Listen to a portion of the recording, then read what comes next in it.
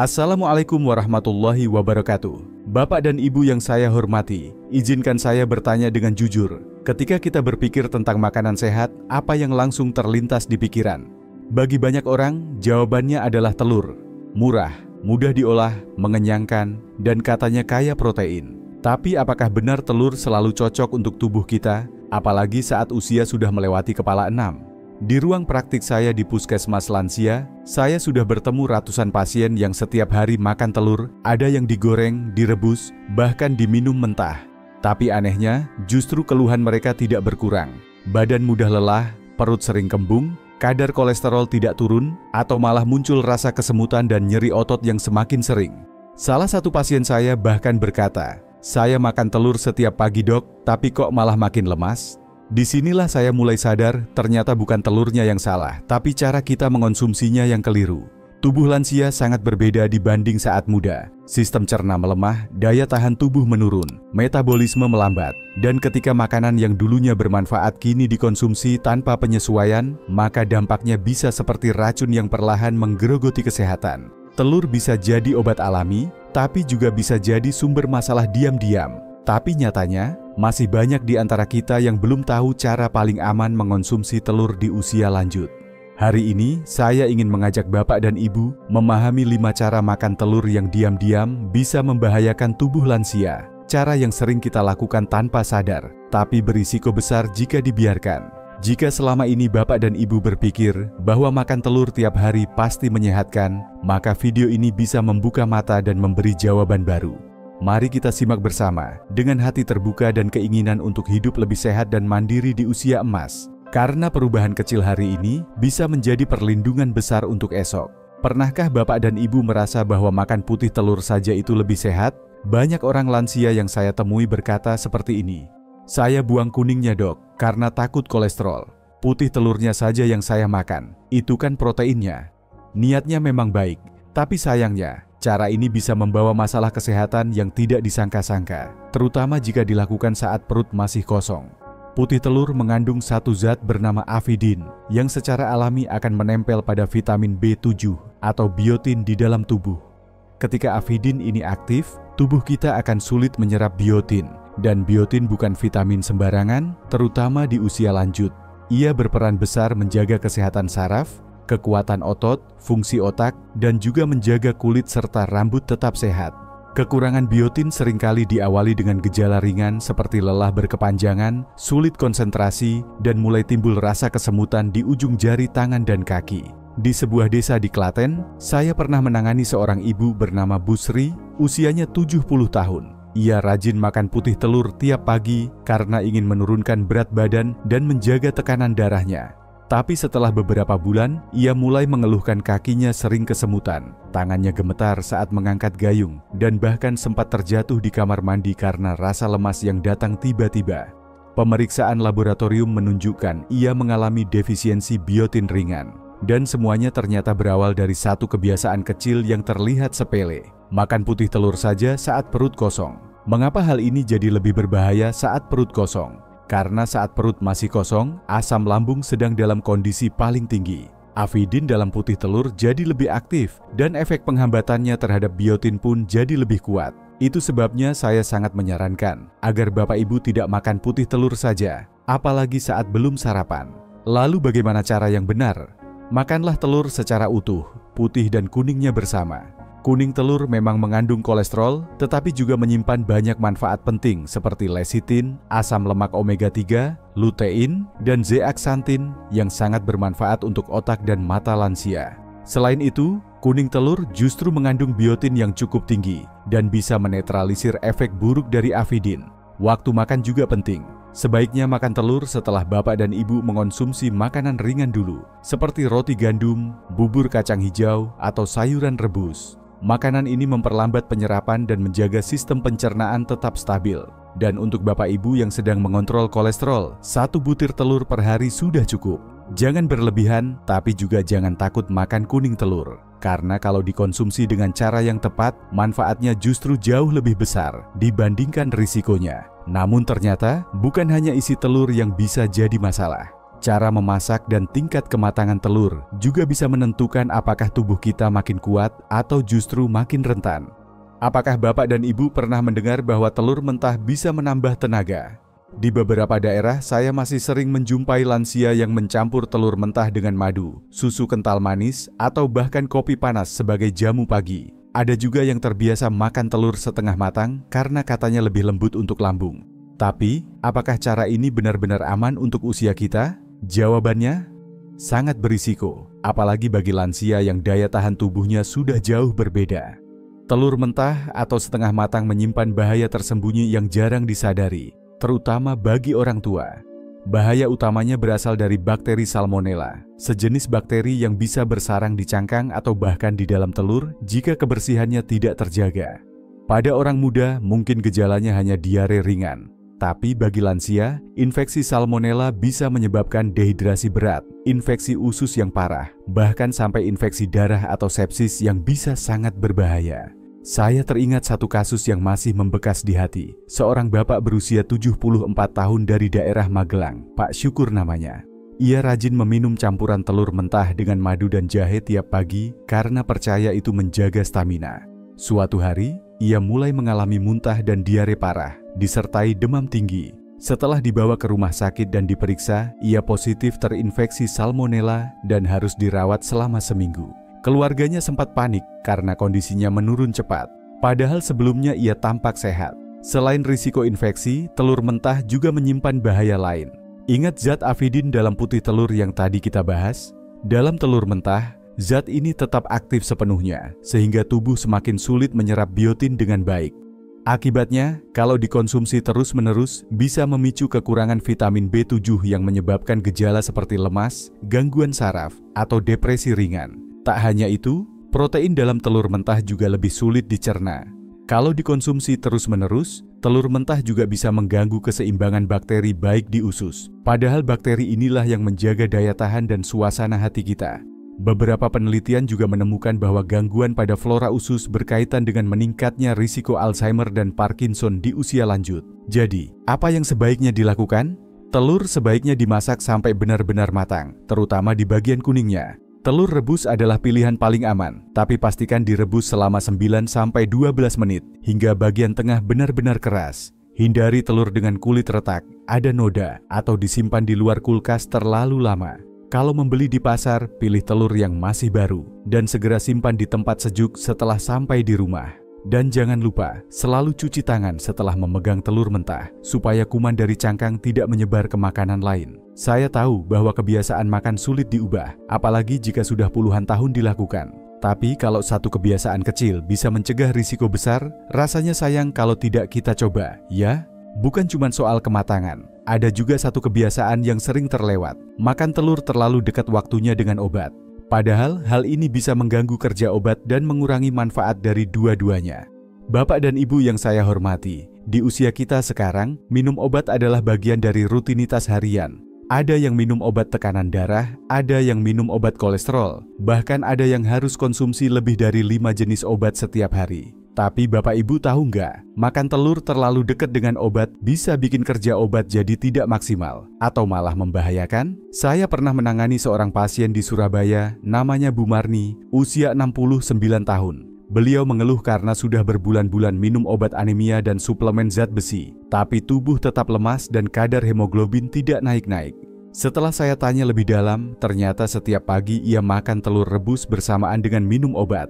Tidak disangka, justru disitulah masalahnya. Protein dan zat besi dari putih telur bisa menempel ke zat besi dari suplemen, lalu membentuk senyawa yang susah diserap tubuh. Hasilnya, tubuh tidak mendapatkan manfaat dari obat yang diminum. Itu sebabnya, meskipun disiplin minum obat, kondisinya tidak membaik. Bukan hanya zat besi, telur juga kaya vitamin K, terutama di bagian kuningnya. Bagi Bapak dan Ibu yang sedang minum obat pengencer darah seperti warfarin, jumlah vitamin K dalam makanan harus dikontrol dengan hati-hati. Kalau tiba-tiba makan telur lebih banyak, kerja obat bisa berubah dan tidak seimbang. Risiko perdarahan atau pembekuan darah menjadi lebih tinggi. Selain itu, beberapa antibiotik seperti tetrasiklin dan kuinolon juga bisa kehilangan efektivitasnya jika dikonsumsi berdekatan dengan telur. Soalnya, kalsium dan magnesium dalam telur bisa nempel ke obat dan bikin tubuh susah menyerapnya. Kalau lansia sedang infeksi, ini bisa bikin proses penyembuhan jadi makin lama. Apa yang sebaiknya dilakukan? Yang paling aman, beri jeda setidaknya 2 jam antara makan telur dan minum obat. Jika bapak dan ibu mengonsumsi obat yang sangat penting, seperti obat jantung atau obat tiroid, maka sebaiknya beri jarak hingga 4 jam. Untuk obat-obat tertentu seperti levothyroxine, memang dianjurkan dikonsumsi saat perut kosong pagi hari, maka telur bisa dimakan sebagai camilan siang atau sore. Saya juga menyarankan bapak dan ibu untuk berkonsultasi dengan dokter atau apoteker mengenai interaksi makanan dan obat yang sedang dikonsumsi. Jangan anggap sepele. Kadang satu butir telur yang tampak sehat bisa membuat obat gagal bekerja atau bahkan berbalik membahayakan. Jika selama ini bapak dan ibu belum pernah memisahkan waktu makan dan waktu minum obat, mungkin inilah saatnya untuk mencoba.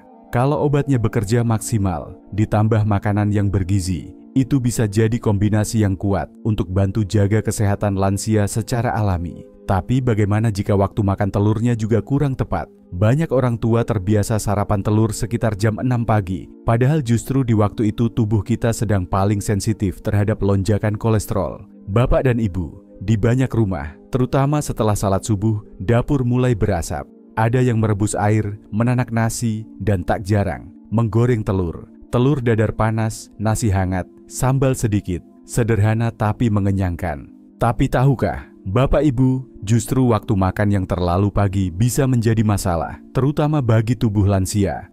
Tubuh kita punya ritme hormon harian, salah satunya kortisol. Kortisol dikenal sebagai hormon stres, tapi sebenarnya ia juga berperan dalam mengatur metabolisme tubuh, termasuk produksi kolesterol di hati.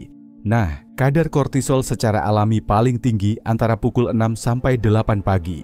Jika bapak ibu mengonsumsi makanan berlemak atau berprotein tinggi seperti telur pada waktu itu, maka risiko peningkatan kolesterol akan lebih besar. Saya pernah menangani seorang pasien laki-laki, Pak Salim, usia 76 tahun dari Pekalongan. Setiap pagi, ia makan telur goreng dengan nasi dan kerupuk, lalu minum teh manis. Katanya sih merasa lebih bertenaga dan semangat tiap pagi.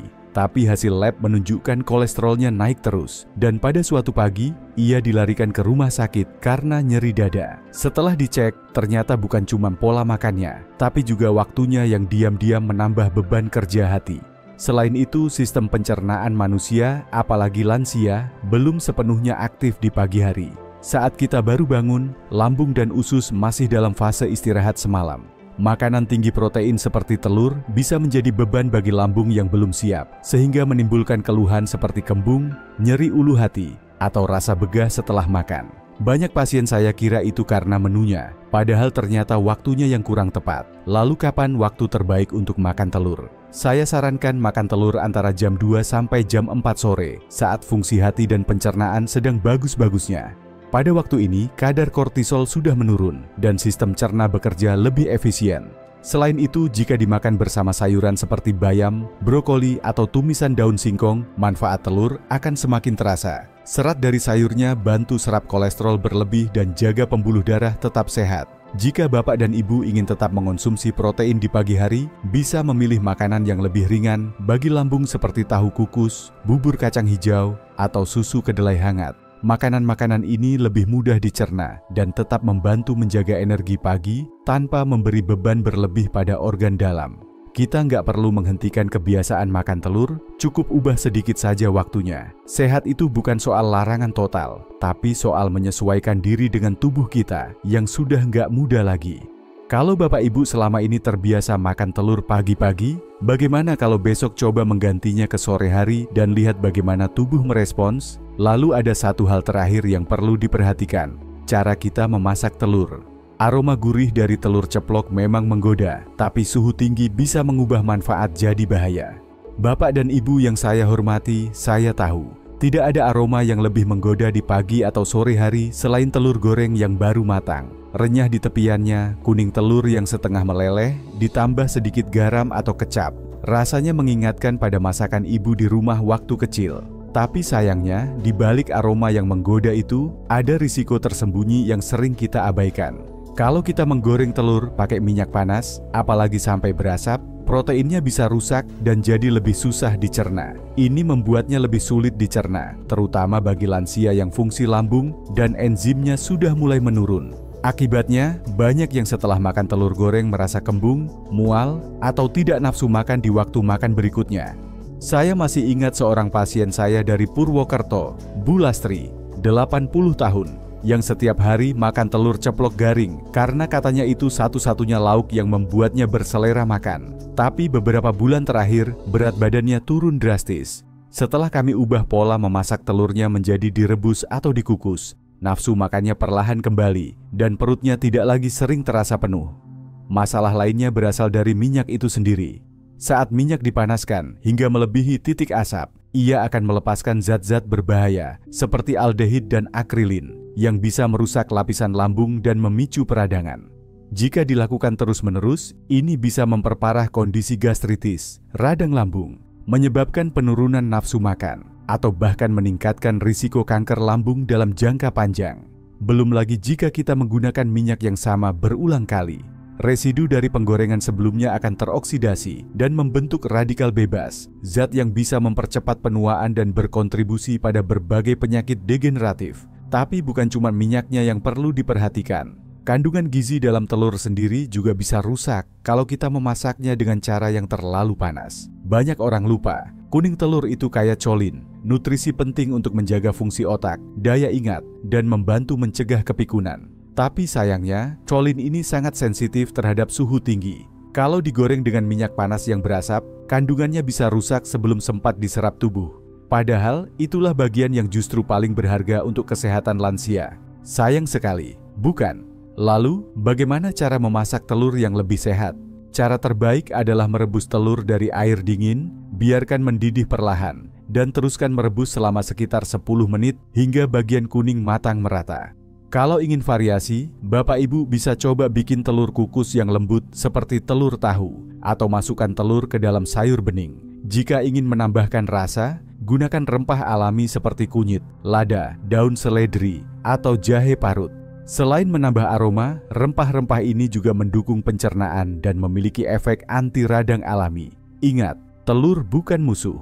Yang menentukan adalah cara kita memasaknya. Apakah menjadi teman sehat atau justru membawa masalah? Mulai hari ini, mari pilih cara yang lebih bersahabat untuk tubuh yang sudah bekerja keras puluhan tahun. Kalau 5 hal kecil ini kita perbaiki, telur bisa jadi sahabat sehat, bukan penyebab keluhan tiap hari. Sekarang saatnya kita simpulkan semuanya secara singkat. Bapak dan Ibu yang saya sayangi, dari tadi kita sudah berbincang cukup panjang ya. Telur yang tiap hari ada di dapur, sering kita anggap aman-aman saja, tapi ternyata bisa menimbulkan masalah kalau cara makannya keliru. Bukan karena telurnya yang salah, tapi karena tubuh kita yang sudah berbeda dibanding saat muda dulu. Ada yang biasa makan putih telurnya saja, karena takut kolesterol. Ada yang suka telur setengah matang karena lebih lembut. Ada yang minum obat sambil sarapan telur, tanpa tahu kalau itu bisa menurunkan kerja obat. Atau makan terlalu pagi, atau menggoreng dengan minyak yang sangat panas. Semuanya kelihatan sederhana, tapi kalau diulang setiap hari, bisa berdampak besar bagi tubuh lansia. Telur sebenarnya makanan yang luar biasa. Mengandung protein yang bantu menjaga kekuatan otot, ada vitamin untuk otak dan daya tahan tubuh, dan juga nutrisi penting seperti kolin dan selenium. Tapi semua itu baru terasa manfaatnya kalau dikonsumsi dengan cara yang pas. Tidak terburu-buru, tidak asal pilih waktu, dan tidak dimasak terlalu panas. Kalau Bapak dan Ibu ingin mulai melakukan perubahan, tidak perlu langsung ubah semuanya. Cukup mulai dari satu hal kecil saja. Mungkin besok siang, coba ganti telur goreng dengan telur rebus. Dimakan pelan-pelan bersama sayur rebus. Rasakan apa yang berubah. Kadang tubuh kita langsung memberi sinyal kalau kita memperlakukannya dengan lebih bijak. Saya yakin setiap perubahan itu memang butuh waktu. Tapi kalau niatnya baik, untuk jaga tubuh tetap kuat dan hati tetap tenang di usia lanjut, insya Allah jalannya akan dimudahkan. Kalau penjelasan hari ini terasa bermanfaat, saya mohon bantuannya untuk dibagikan ke saudara, teman sebaya, atau siapapun yang biasa makan telur tiap hari. Siap tahu satu informasi kecil ini bisa mencegah mereka dari penyakit yang sebenarnya bisa dicegah. Saya juga ingin sekali dengar cerita dari Bapak dan Ibu. Selama ini, biasanya Bapak Ibu makan telur dengan cara seperti apa? Pernah nggak merasa nggak nyaman setelah makan? Atau punya cara masak khusus yang lebih cocok untuk tubuh? Coba tulis aja di kolom komentar ya Bapak Ibu. Nanti saya baca satu persatu. Soalnya dari cerita Bapak Ibu, saya juga ikut belajar banyak. Saya masih ingat seorang pasien saya dari Purwokerto, Bu Lastri, 80 tahun, yang setiap hari makan telur ceplok garing karena katanya itu satu-satunya lauk yang membuatnya berselera makan. Tapi beberapa bulan terakhir, berat badannya turun drastis. Setelah kami ubah pola memasak telurnya menjadi direbus atau dikukus, nafsu makannya perlahan kembali dan perutnya tidak lagi sering terasa penuh. Masalah lainnya berasal dari minyak itu sendiri. Saat minyak dipanaskan hingga melebihi titik asap, ia akan melepaskan zat-zat berbahaya seperti aldehid dan akrilin yang bisa merusak lapisan lambung dan memicu peradangan.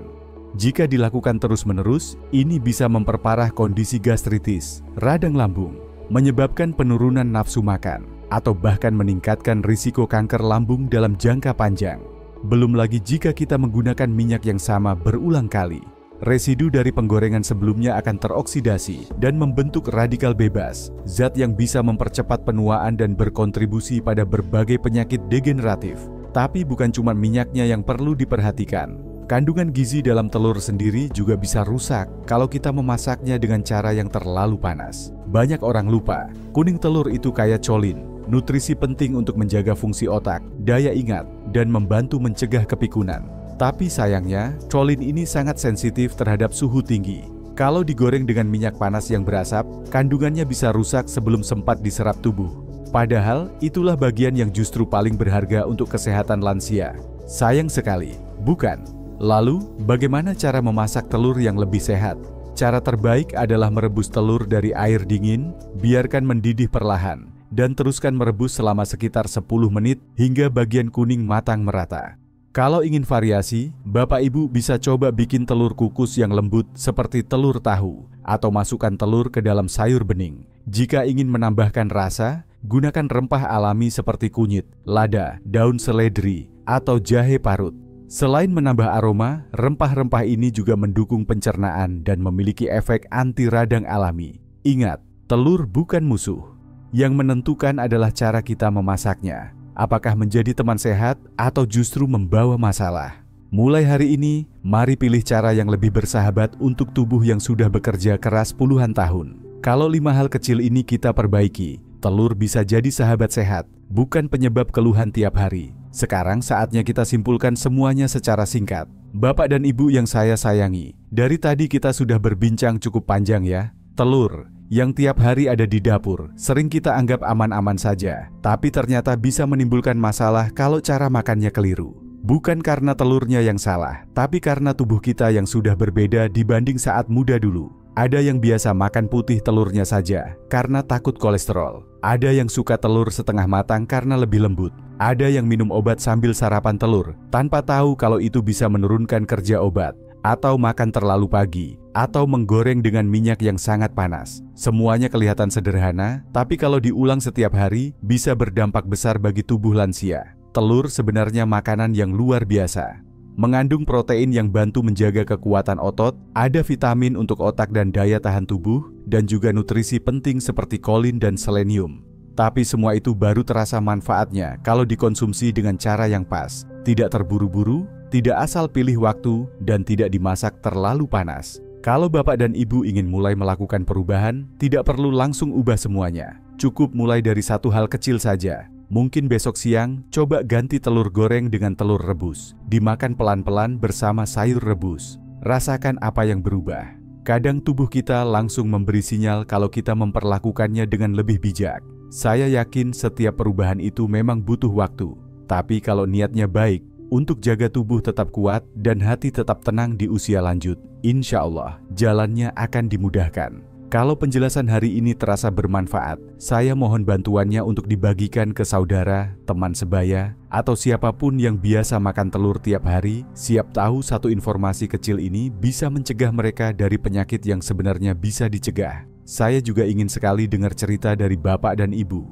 Selama ini, biasanya Bapak Ibu makan telur dengan cara seperti apa? Pernah nggak merasa nggak nyaman setelah makan? Atau punya cara masak khusus yang lebih cocok untuk tubuh? Coba tulis aja di kolom komentar ya Bapak Ibu. Nanti saya baca satu persatu. Soalnya dari cerita Bapak Ibu, saya juga ikut belajar banyak.